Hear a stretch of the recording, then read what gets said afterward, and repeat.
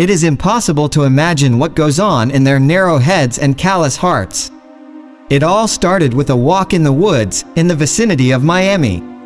Georgina and her nephew were riding horses along country roads.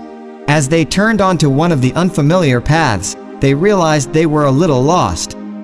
The road forked once more, turning into a barely perceptible path, and a strange picture opened before their eyes.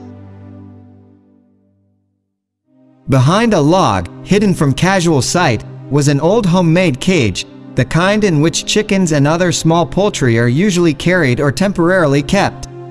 Inside, behind the rusty bars, a dog with clear blue eyes lay curled up, a forlorn creature trapped in a world of torment.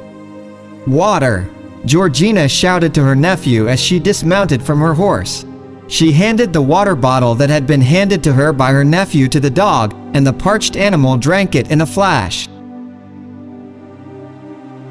In gratitude, the dog wagged its tail weakly. The woman could not bear to see the dog in this state any longer. She literally tore open the cage, allowing the little creature to come out into the world. But the baby, which looked like a white fox, could not even manage that. She crawled outside and got stuck, her limbs frail and atrophied from confinement. Georgina herself pulled the prisoner out of her confinement cell and gently laid her down on the grass. The situation was heart-wrenching, something that brought tears to one's eyes. The dog couldn't walk, she could only crawl on her elbows, her once glistening fur matted and dirty. It was as if she had been in that cage for many months without ever being able to straighten up. Her claws had grown and bent so that they dug into the pads of her paws.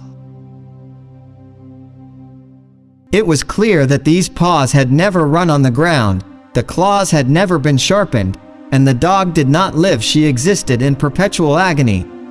The woman's nephew, seeing the dog's condition, offered to leave and return with a car to transport the animal to safety. But Georgina couldn't bear to leave the poor creature alone. The little one looked at her with such hope and gratitude in her eyes, her tail beating weakly on the grass. With a heart full of compassion, Georgina gently placed the dog on the back of her horse and trotted carefully on her way. After a while, they were home, and Georgie was able to give the doggy the first aid she desperately needed. Slowly but surely, Lucky started to walk, run, and explore the world around her.